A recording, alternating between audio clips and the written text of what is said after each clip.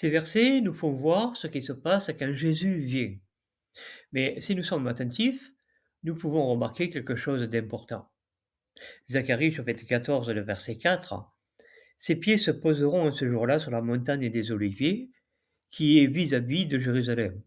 Du côté de l'Orient, la montagne des Oliviers se fendra par le milieu, à l'Orient et à l'Occident. Et il se formera une très grande vallée, une moitié de la montagne reculera vers le septentrion, et une moitié vers le midi.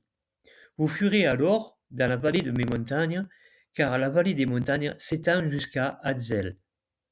Vous fuirez comme vous avez fui devant le tremblement de terre au temps d'Osias, roi de Juda. Et l'Éternel, mon Dieu, viendra, et tous ses saints avec lui. Une vallée s'est formée ici, et Jésus demande de fuir vers cette vallée. On comprend bien par là qu'il veut les sauver. Mais ce point est étrange parce que si on considère à l'époque le moment de sa venue, nous savons qu'il y a l'enlèvement. Or, tous ceux qui sont concernés dans ces versets ne sont pas enlevés, mais seulement sauvés de leurs ennemis. Il s'agit ici seulement des habitants de Jérusalem, dont la plupart ne sont pas chrétiens. Et nous voyons peut-être cette différence avec l'enlèvement, parce que justement, ils n'ont pas foi en Jésus. Dans ce verset, il n'y a pas de tri entre ceux qui croient et ceux qui ne croient pas. Ce sont tous des habitants de Jérusalem. Si bien que Jésus les protège en faisant cette disposition, dans le but certainement qu'ils se repentent et qu'il leur permette par la suite, peut-être, de rentrer dans la nouvelle Jérusalem. Ce point montre donc qu'il y aura des gens vivants après la venue de Jésus, et que ce ne sera pas encore le moment de les juger. Il leur laissera du temps, et ces versets le montrent bien. On pourrait penser que cela contredit le fait de veiller, comme Jésus l'a demandé.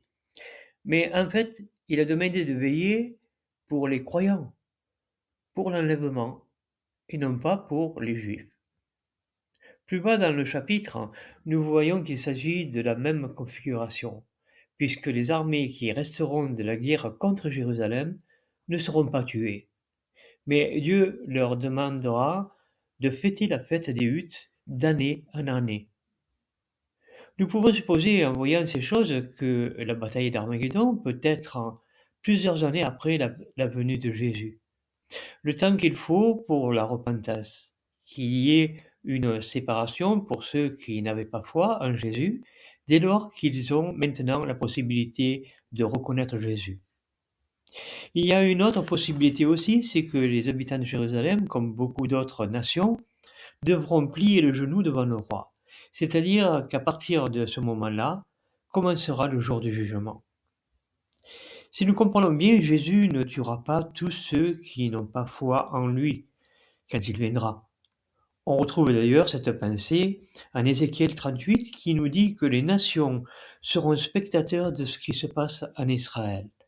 Nous comprenons donc qu'elles ne seront pas touchées dans leur population. Il se passera seulement un changement de gouvernement. Nous retrouvons aussi quelque chose de semblable en Révélation chapitre 11 verset 17, où il est dit que Dieu commence à régner et que les nations se sont mises en colère. Il y a donc un temps où Dieu commence à régner et où les nations, quelque temps après, se mettent en colère, ce qui provoquera à ce moment-là destruction des méchants.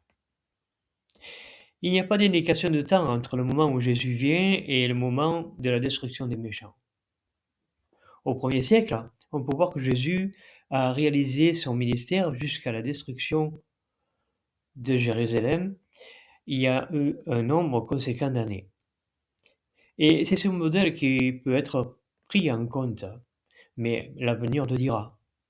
Néanmoins, on ne peut pas mettre de côté ce point puisqu'il nous indique ce qui va se passer dans cette période. Et cela nous montre la miséricorde de Dieu.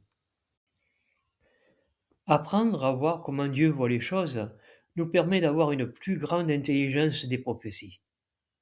Tout ce que nous apprenons sur Dieu nous aide dans la vie de tous les jours. L'étude n'est jamais inutile.